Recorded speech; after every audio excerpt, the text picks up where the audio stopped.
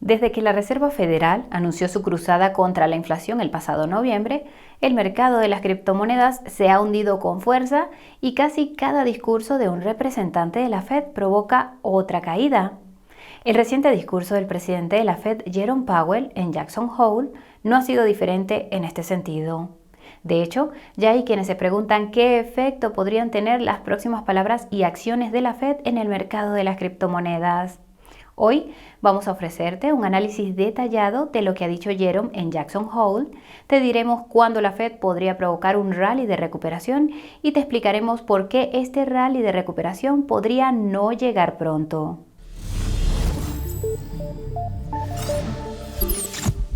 Antes de analizar qué ha dicho el presidente de la Reserva Federal, te tenemos que proporcionar una información crucial. No somos asesores financieros, solo apasionados por las criptomonedas muy sinceros. Por favor, ponte en contacto con un asesor financiero si necesitas ayuda para gestionar adecuadamente tu dinero. Si es la primera vez que llegas a este canal, soy tu chica cripto y nuestra misión es ofrecerte contenido sobre criptomonedas de calidad de forma neutral. Si quieres recibir esta información, suscríbete al canal y haz sonar esa campanita de notificación. Ya está bien de tanta introducción. Veamos si lo que ha dicho Jerome debe ser objeto de preocupación. Si nunca has oído hablar de Jackson Hole, esto es lo que necesitas saber. La reunión de Jackson Hole es una conferencia anual en la que se reúnen representantes de los bancos centrales, organizada por el Banco de la Reserva Federal de Kansas City, uno de los 12 bancos que componen el sistema de la Fed, el Banco Central de los Estados Unidos. Esta reunión se celebra en la ciudad de Jackson Hole, en el estado de Wyoming, Estados Unidos, y se creó en 1982 cuando el entonces presidente de la Fed, Paul Volcker, aceptó asistir a la conferencia, pero solo porque en Jackson Hole se practica una de las mejores pescas con mosca, que era la pasión de Paul. No estamos bromeando. Ahora bien, esto es más significativo de lo que crees porque Paul Volcker es famoso por haber subido los tipos de interés hasta la friolera del 18% para luchar contra la inflación en los Estados Unidos a principios de los 80.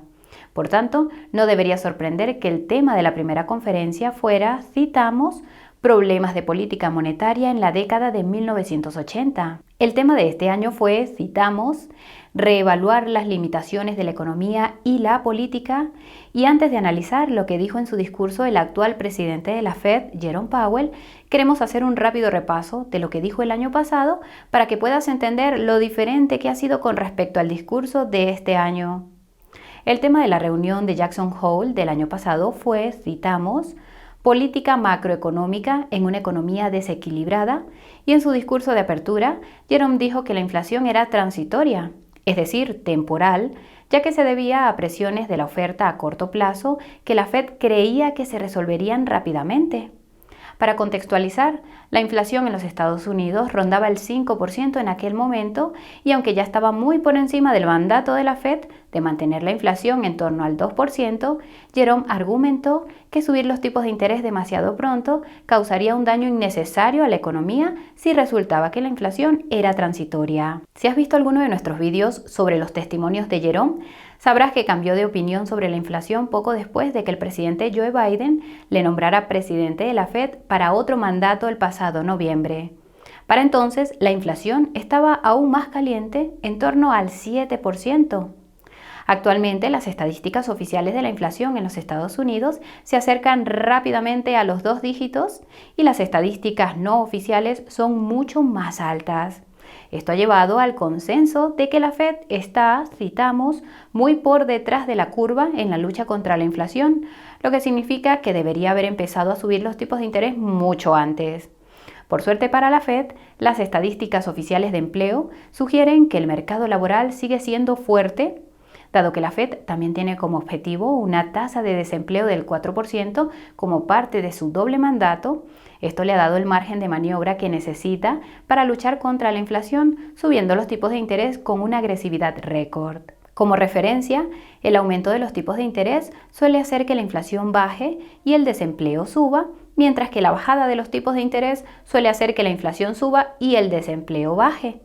El trabajo de la Fed es asegurar precios estables, es decir, una inflación del 2% y el pleno empleo, es decir, el 4% de desempleo, modificando los tipos de interés. A este respecto, si quieres saber por qué las estadísticas oficiales de inflación no cuentan toda la verdad, puedes ver nuestro vídeo sobre cómo se calcula el IPC utilizando el enlace de la descripción. Esto nos lleva al discurso de apertura de Jerome en la reunión de Jackson Hole de este año, que fue sorprendentemente corto y directo.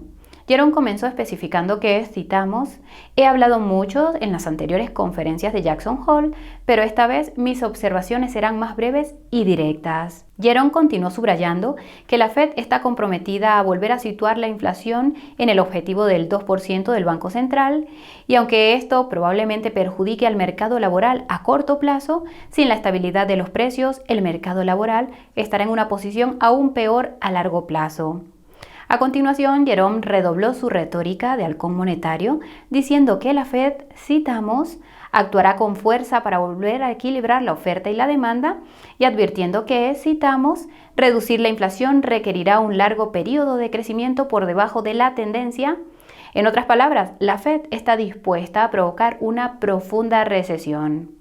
Jerome reiteró que si no se consigue controlar la inflación, el dolor será mucho mayor a largo plazo, y aunque los datos más bajos del IPC y el PCE de julio fueron prometedores, la Fed necesita ver más pruebas de que la inflación se está ralentizando antes de empezar a contemplar la posibilidad de pausar la subida de tipos. Jerome también recordó que la Fed está preparada para llevar a cabo otra subida de tipos inusualmente grande cuando regrese de sus vacaciones de verano a finales de septiembre, algo que muchos inversores no habían descontado debido al menor dato del IPC de julio, que se tomó como una señal de que la inflación se estaba ralentizando.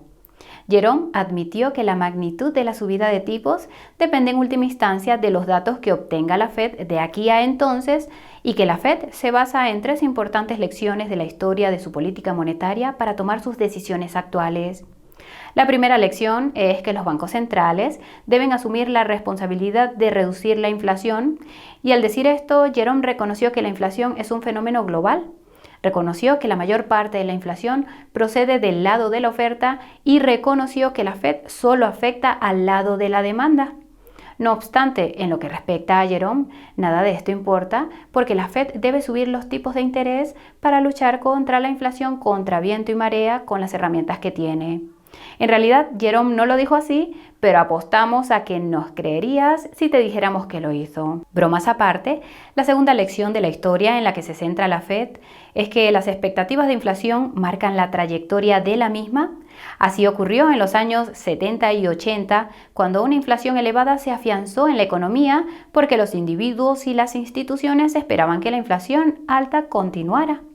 A continuación, Jerome citó a Paul Volcker, quien dijo que la inflación se alimenta en parte de sí misma y que, por tanto, la Fed debe romper este bucle de retroalimentación de las expectativas de inflación, subiendo los tipos de interés de forma tan agresiva que las expectativas de inflación a largo plazo vuelvan rápidamente al objetivo del 2% de la Fed. Jerome continuó explicando que, citamos, la inflación debe ser lo suficientemente baja como para no atraer la atención de todo el mundo, y ahora mismo la inflación está atrayendo la atención de todo el mundo. La tercera lección de la historia que Jerome dijo que la Fed está teniendo en cuenta es que, citamos, debemos continuar hasta que el trabajo esté hecho, y que, citamos, continuaremos hasta que el trabajo esté hecho, siendo el trabajo volver a alinear la demanda con el suministro mediante el aumento de los tipos de interés. Y seguidamente, Jerome salió del escenario renqueando con toda tranquilidad. Mientras tanto, el mercado de valores se hundió perdiendo la asombrosa cifra de 1.2 billones de dólares, y el mercado de las criptomonedas se hundió perdiendo otros 100.000 millones de dólares, creando un océano rojo en todos los gráficos de precios. Si te preguntas por qué, la razón es simplemente que el aumento de los tipos de interés incrementa el coste del servicio de la deuda de las empresas. Esto significa que sus beneficios se verán presionados, lo que por supuesto repercutirá en el precio de sus acciones. Ahora bien, el discurso de Jerome tiene un lado positivo que es fácil de detectar si prestas mucha atención. En primer lugar, la Fed quiere ver más señales de que la inflación se está desacelerando antes de dejar de subir los tipos de interés. Como ya hemos mencionado, las cifras del IPC y del PCE de julio fueron inferiores a las de junio. Esto vuelve a ser importante porque es una señal de que la inflación se está ralentizando y por eso los mercados subieron cuando se publicaron estas cifras. La hipótesis era que la Fed estaba viendo la misma tendencia de ralentización. Está claro que esta hipótesis era incorrecta y plantea la cuestión de cuántos datos más necesita ver la Fed antes de convencerse de que la inflación está volviendo a su objetivo del 2%. Desgraciadamente nadie lo sabe porque Jerome no especificó realmente cuántos datos más necesita ver. Aún así, ten en cuenta que el dato del IPC de agosto se publicará el 13 de septiembre. Si el IPC de agosto es aún más bajo que el de julio, podría ser otro dato que empujaría a la Fed a ser menos agresiva con su próxima subida de tipos a finales de septiembre, concretamente el día 21. Lo malo es que el dato del PCE de agosto se publicará el 30 de septiembre, bastante después de que la Fed haya tomado su próxima decisión sobre los tipos de interés. Para los que no lo sepan, el PCE es la cifra de inflación preferida por la Fed, pero lo extraño es que este indicador afecta a los mercados mucho menos que el IPC. En segundo lugar, la Fed dejará de subir los tipos de interés cuando las expectativas de inflación vuelvan a bajar al objetivo del 2% al que aspira la institución. Como puedes ver, las expectativas de inflación de los consumidores siguen siendo muy elevadas, con un 6.2%, justo por debajo del récord del 6.8%. Curiosamente, las estadísticas de las expectativas de inflación de los consumidores para agosto se publicarán el 12 de septiembre, el día antes de que se publique el IPC. Lógicamente, si estas estadísticas son más bajas de las de julio, esto podría ser otro dato para dar un empujón a la Fed. Y recuerda que la lucha contra la inflación no es su único mandato. Aunque Jerome fue explícito en la voluntad de la Fed de dañar el empleo para reducir la inflación, es evidente que hay un límite a la destrucción que esta institución está dispuesta a causar. ¿Dónde se encuentra este límite? Una vez más, no lo sabemos, pero la historia sugiere que la Fed empezó a bajar los tipos de interés alrededor del momento en que el desempleo subió a aproximadamente el 10%. Creemos que es razonable suponer que una tasa de desempleo del 8% es el punto de máximo dolor, ya que es el doble de su mandato. Como mencionamos en el vídeo de noticias de esta semana del canal en inglés, la repentina debilidad que estamos empezando a ver en el mercado de la vivienda es una señal de que el desempleo podría empezar a aumentar en unos meses y el análisis del antiguo gestor de carteras, Alfonso Pecatielo, sugiere que el desempleo debería alcanzar el 6% en algún momento a principios del próximo año. Suponiendo que la inflación tenga una fuerte tendencia bajista para entonces, el rápido aumento del empleo podría ser suficiente para obligar a la Fed a cambiar de rumbo. Ten en cuenta que es probable que veamos el mínimo del mercado de las criptomonedas entre ahora y entonces, así que asegúrate de reservar algo de pólvora seca para destinarlo a tus criptomonedas favoritas. Ahora bien, sería negligente si no mencionáramos algunos factores que podrían obligar a la Fed a seguir subiendo los tipos de interés, y el primero es la política fiscal, es decir, el gasto imprudente del gobierno de los Estados Unidos que continúa a pesar de la galopante inflación que dice querer eliminar. Por ejemplo, está la Ley de Defensa de $900.000 millones que se aprobó en julio y que incluía un aumento sustancial del salario mínimo de todos los trabajadores federales y contratistas. No nos malinterpretes, nos alegramos de que la gente gane más dinero, pero esta medida aumentará sin duda la inflación. A continuación tenemos la irónicamente llamada Ley de Reducción de la Inflación, aprobada en agosto, que inyectará otros $737.000 millones en la economía de los Estados Unidos. Mejor aún, el proyecto de ley incluye una inversión de $370.000 millones en energías renovables en un momento en el que el mundo necesita petróleo y gas. De nuevo, hay un momento y un lugar. Más recientemente, la actual administración de los Estados Unidos anunció un controvertido programa de condonación de préstamos estudiantiles cuyo coste se estima en $500.000 millones que saldrán de alguna parte. En términos prácticos, millones de estadounidenses podrían ver reducidos sus préstamos estudiantiles hasta en $20.000.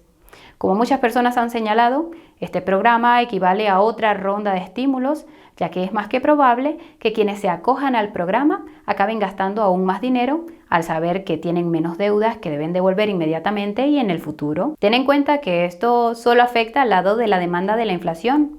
No faltan problemas potenciales en el lado del suministro y la mayoría de ellos tienen que ver con la energía. Aunque estos problemas energéticos parecen limitarse a Europa en su mayor parte, podrían extenderse rápidamente a los Estados Unidos.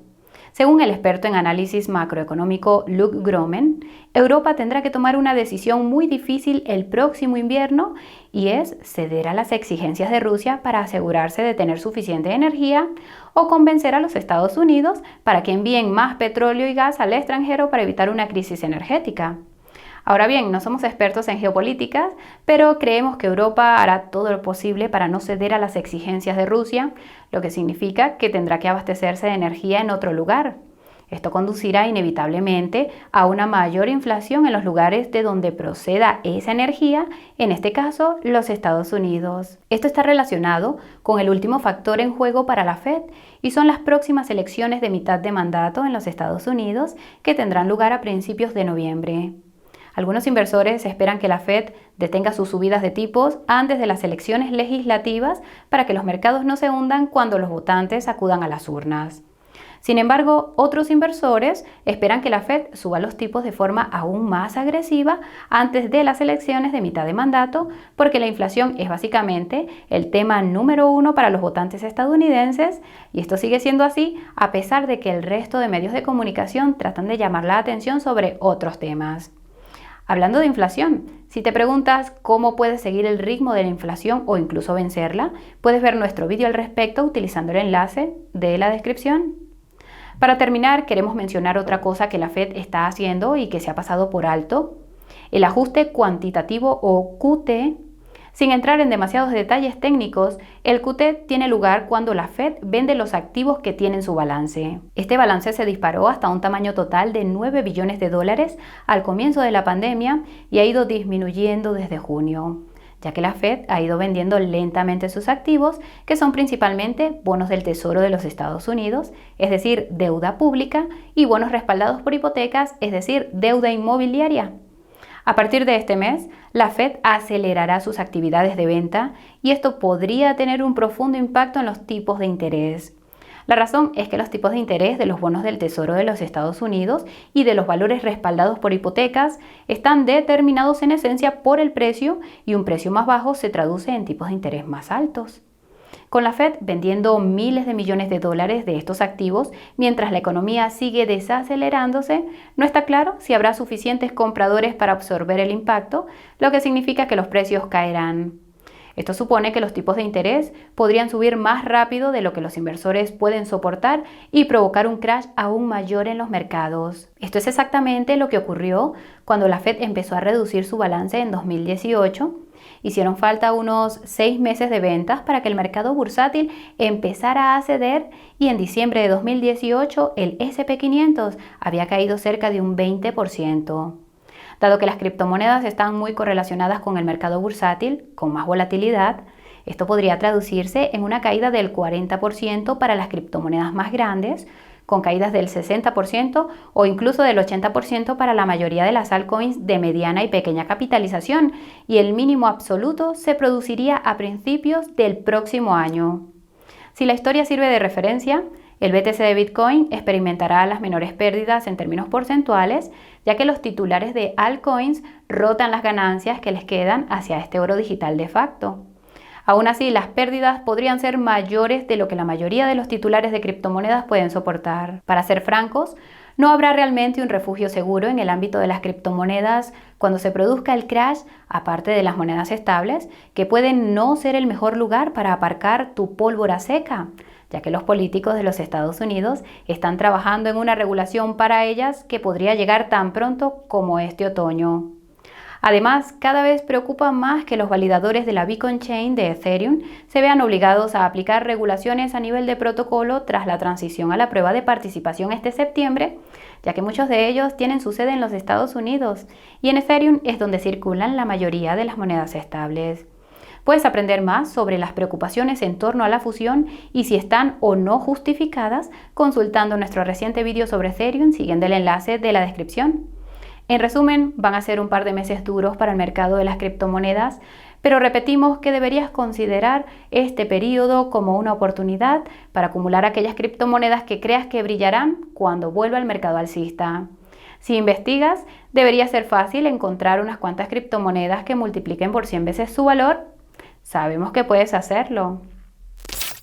Y hasta aquí nuestro vídeo sobre el discurso de Jerome Powell en Jackson Hole. Si te ha parecido informativo, pulsa el botón de me gusta. Si no te quieres perder el siguiente, suscríbete al canal y haz sonar la campanita de notificación. Considera también echar un vistazo a CoinBureau Clips para ver nuestros directos semanales y sintonizar el podcast de CoinBureau para escuchar a Gui y Mad Mike hablando de criptomonedas. También puedes seguirnos en Twitter, TikTok e Instagram para conocer nuestras opiniones sobre el mercado y unirte a nuestro canal de Telegram para obtener información de calidad que no encontrarás en ningún otro sitio.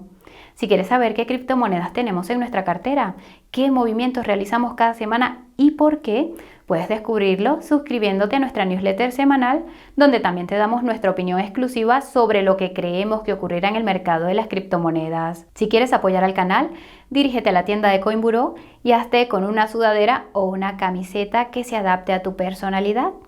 Puedes encontrar estos recursos y otros más utilizando los enlaces que encontrarás en la descripción. Como siempre, muchas gracias por acompañarnos. Nos vemos en menos de lo que se queman 2000 ETH. Chao, chao.